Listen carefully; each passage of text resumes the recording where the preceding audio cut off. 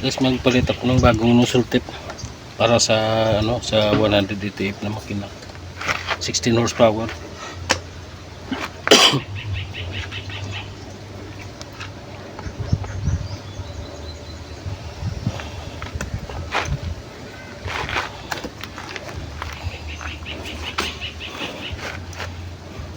Ito guys, pag nagtanggal kayo ng nozzle, kailangan hindi mawala ito. Ito yung kanyang tanso na na washer.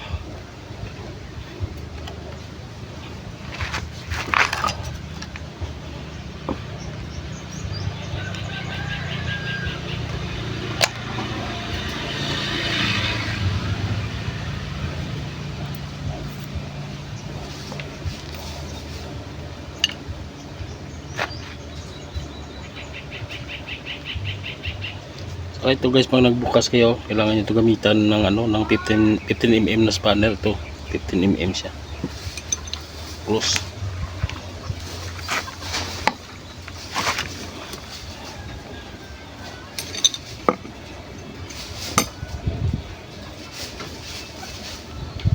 Na-adjust ko na kapon ito guys, kasi lang kahit anong gawin ko, di mawala yung usok na puti. Hindi na talaga maluluto, masyado nang maluwag.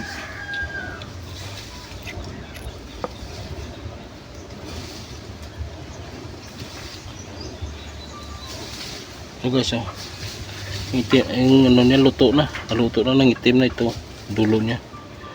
Kaya kahit anong gawin mo, pangit ang andar niya, putok-putok.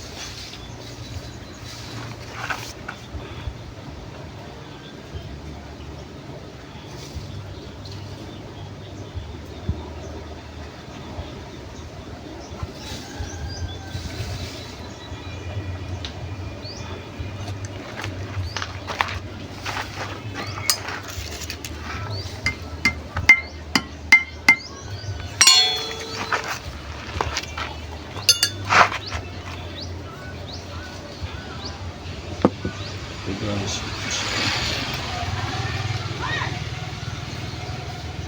sulit ito.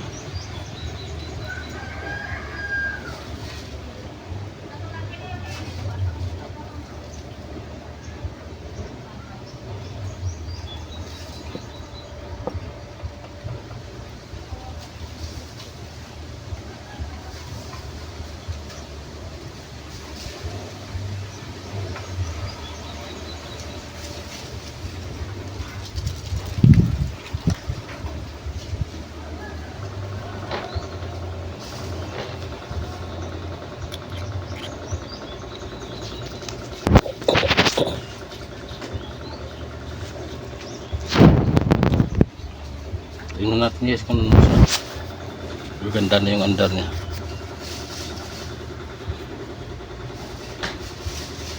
Subukan na natin siya guys, bagong nozzle tip. Kahit anong gagawin ko, kasi nang adjust dun sa sa lumang nozzle tip niya, hindi talaga titino yung andar niya. Pag hinatakan mo, maganda yung tunog niya, pero pag binalik mo sa minor, malakas yung usok niya na kulay puti. Ito guys, ingatan nyo na wala yung yung dalawang washer na yan na tanso. Mahirap pag mawala yan.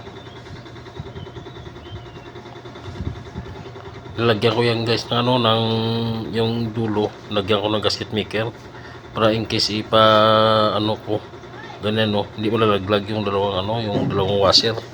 Mahirap kasi yan pag nalaglag na wala, kasi singaw yung makina mo pag walang ganyan. Tante yan sa pinakadulo ng nozzle, mayroong tanso na washer dyan. Pang business ko na kahapon ito, sinubukan na baklasin yung nito, nung injector nito. Pero kahit anong gawin ko, hindi titino yung andar niya. Walang choice, nagpabili ng bagong ang nozzle tip, yung dulo lang. Tapos nasa 640 daw yung pinakadulo niya ng nozzle tip, presyo dito sa amin.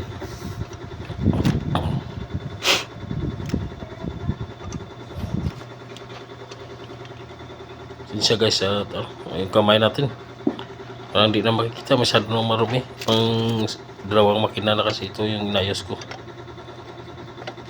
Yung una nakuha na ng nung may-ari, ito naman.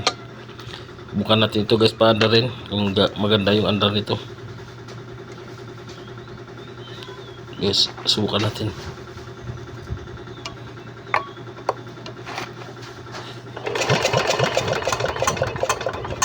Yan, maganda yung ano niya guys, yung spray ng ano, ng diesel. Maganda yung tunog niya, parang umagikik. Sigurado andar ito.